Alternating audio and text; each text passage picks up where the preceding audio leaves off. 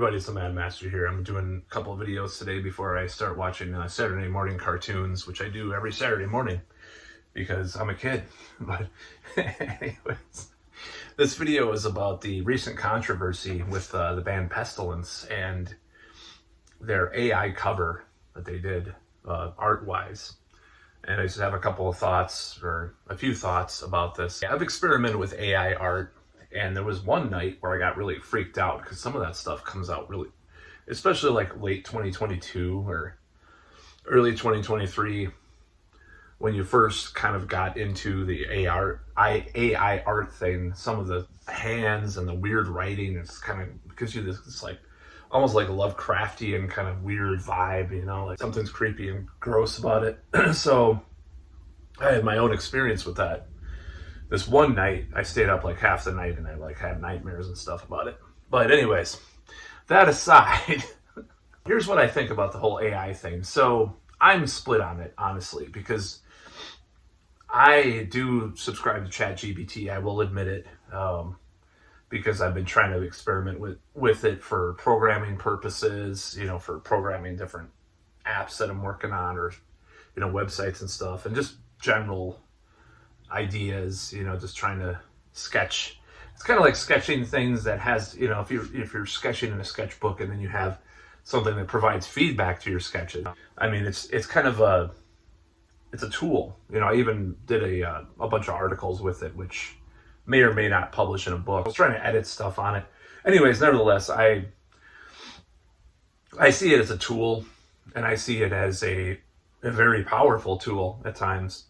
So people that criticize AI, they do have some type of technophobia at times, but they do have legitimate concerns as well. So what I think about the Pestilence thing, before I ramble on like people really love, what do I think about the Pestilence album cover art? Well, I think it actually looks pretty decent, especially considering what we've had before with AI art.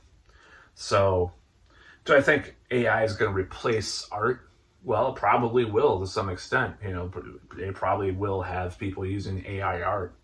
But there will always be a market for real art, just as there's always a market for physical media, just as there's always a market for, you know, tube amps. You know, not everybody's going to use modeling, because people do want a genuine connection to their art without it being AI, but it's beginning to get to the point where you can't tell. And some people will just use a combination of real life things with AI, and that'll probably be a lot of things going forward. So as far as like from a spiritual point of view, or like a woo, kind of like, oh my God, it's like against human nature to use AI, and your soul's gonna get sucked up into the AI and all this crap. So if you're familiar with cyberpunk literature or cyberpunk games, especially the role-playing games, because role-playing games actually, like, just like with Star Wars, tabletop RPGs have influenced things a lot. Like, tabletop RPGs will influence the culture at large, believe it or not. Like, cyberpunk has done this too, because they get into details, and, you know, they kind of come up with things on their own, but they also like extrapolate on things that are in the existing literature a lot of times with these RPGs, which is pretty ingenious if you think about it. So what I think it could happen is that there is a dynamic between the elites trying to control all the technology, and the regular person who wants to, you know, harness that or use that for their own ends. You know, people like as much of a problem as I have with his politics at times, Tarl Warwick has talked about this, like with regards to how if the people are given the freedom to use a technology, then tyranny,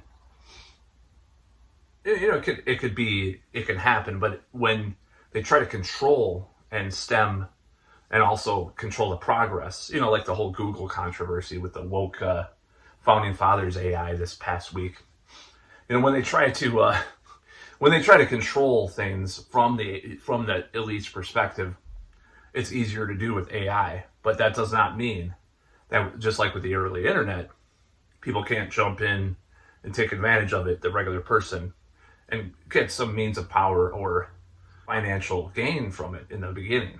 But I believe in the cyberpunk ethos of, you know, you can merge a very liberty-minded person can merge technology and the natural humanity into this merge technology and humanity into one thing, and that's sort of the cyberpunk ethos. You know, the cyberpunk thing with the role-playing game, for example, and a lot of the literature surrounding that is actually, there are corporations, there are elites, but there's also the, you know, the punk part of it, which is the dissidents and the masses that still use some of the same tools and are ethically and morally superior to these, you know, kind of criminals. Of course, you know, with morality, it's a very complicated idea with regards to whether or not some of this is moral or not. But anyways, getting back to the pestilence argument, well, they were very defensive about it, and people were very,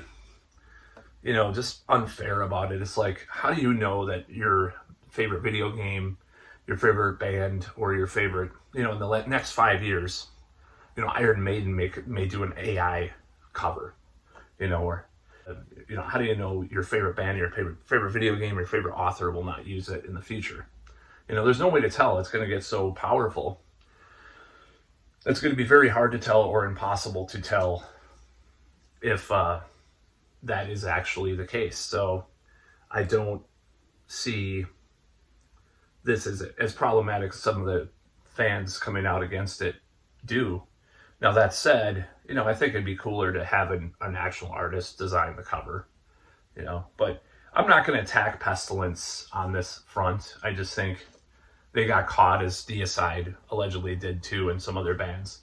And it is what it is. You know, you're not gonna stop technology. That's one thing that people's arrogance about stopping technology.